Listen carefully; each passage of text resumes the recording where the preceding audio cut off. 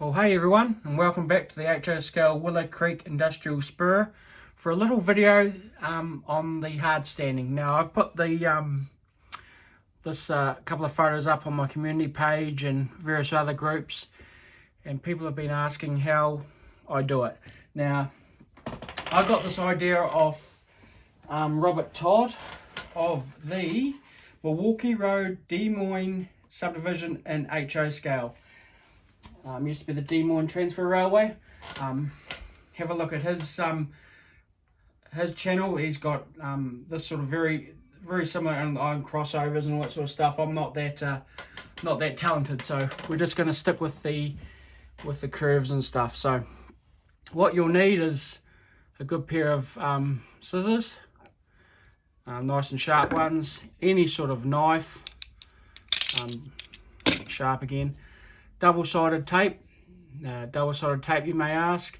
Yes, that is for the internal hard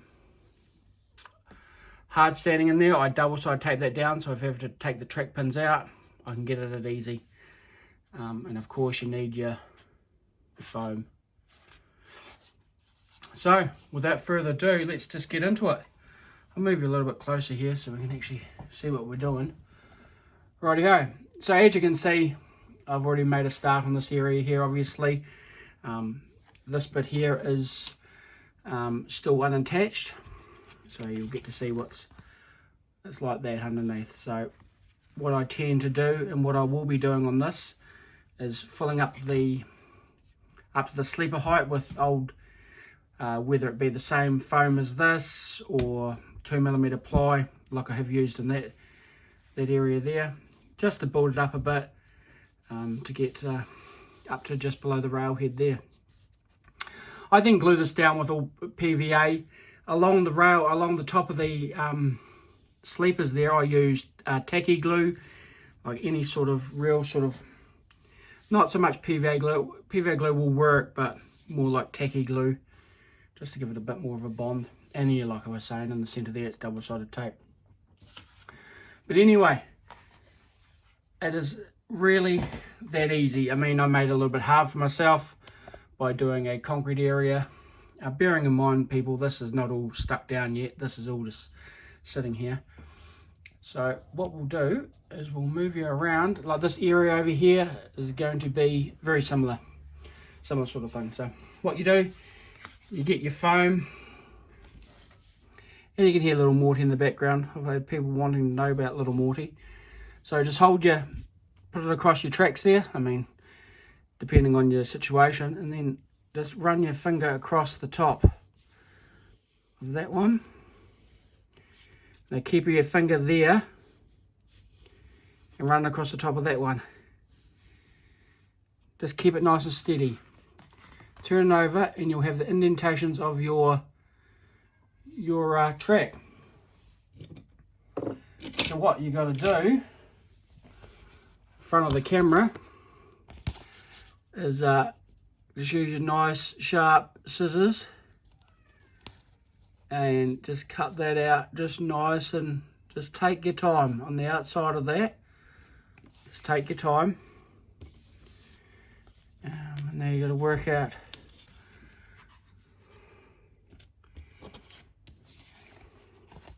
what way do we have it.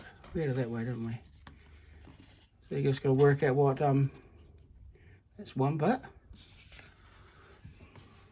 That's the trick, working out, you know, it's easy to do when you're actually doing the project, but when you're doing it for a video, it's a little bit different. So same thing on this side, just take your time. I find using scissors better, because I can sort of move the material instead of the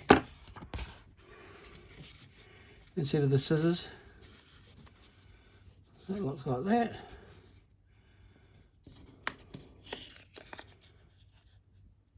Yeah. Looks like that. So see how easy it is. It's just real simple.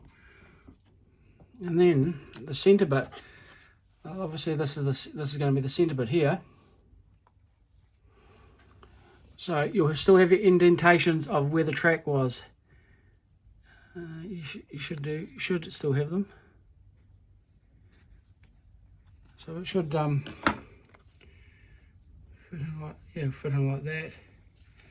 So yeah, so you just grab your scissors again and move the foam, move the scissors, make a nice even cut, and it will fit in there. Now that looks too tight, you may ask. Yes, it is too tight. So I'll dig that out,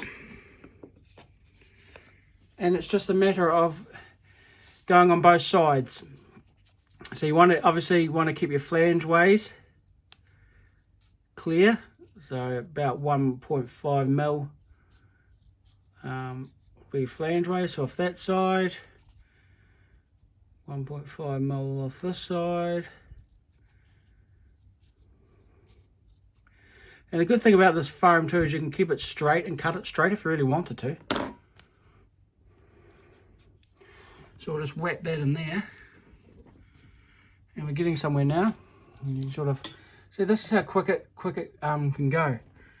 So you can sort of see you got your little, and then what we'll do is get a double-sided tape. And bearing in mind, you see how long this video takes and how long it takes to actually box up and mix your plaster of your choice. I mean, I've done that before on this layout. I made did the whole plaster carry on.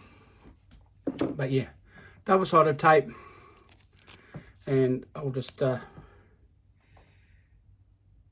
trim it very quickly. Bearing in mind, like I said before, if you're doing this for the end goal, then you would take your time, like I have on the other area that we were just showing you before. But I'm just showing you how quickly it can be done. So we've got our giant mess, he says. Look at that. It's not the prettiest, but it will do for this demonstration.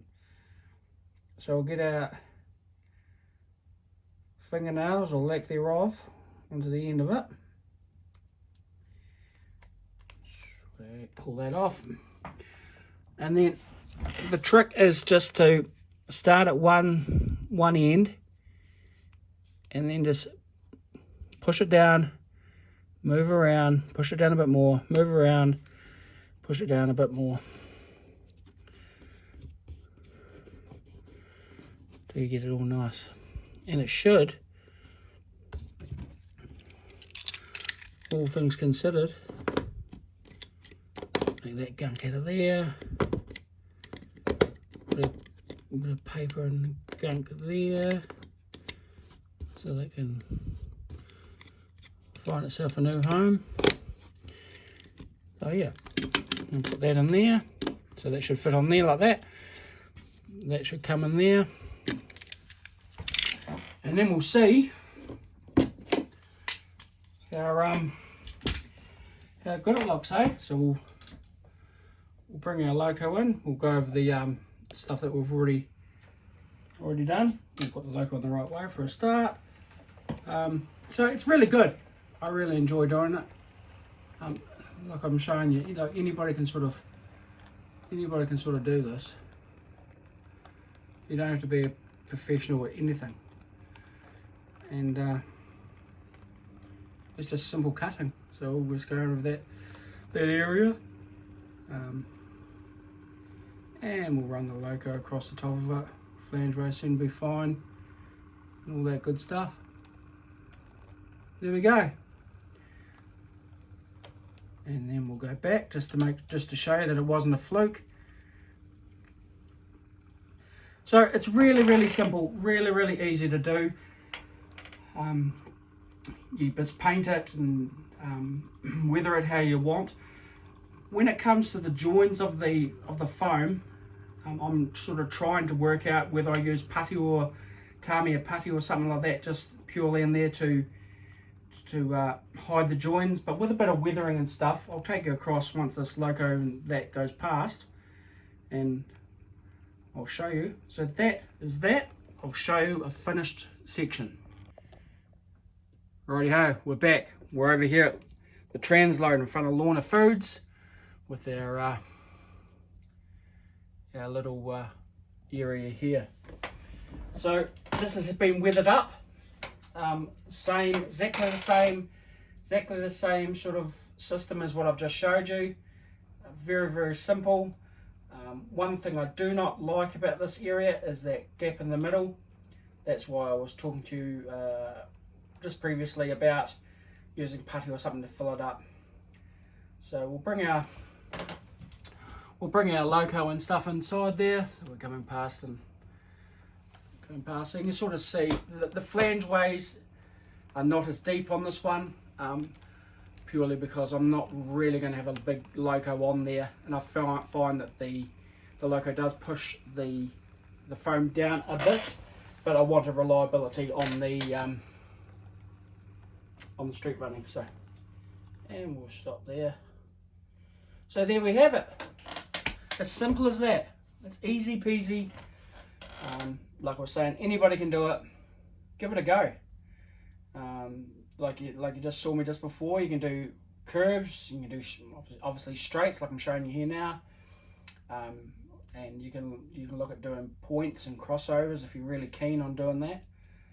But yeah, no mess, no fuss, and you can get straight into it, straight into modelling. You can see drive stuff straight on top of it, perfectly fine.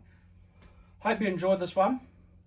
Let me know in the comment section if you want to see any more, or you want me to clarify any more, because I sort of start waffling after a wee bit, and we'll go from there. Thanks everyone. Catch you on the next one.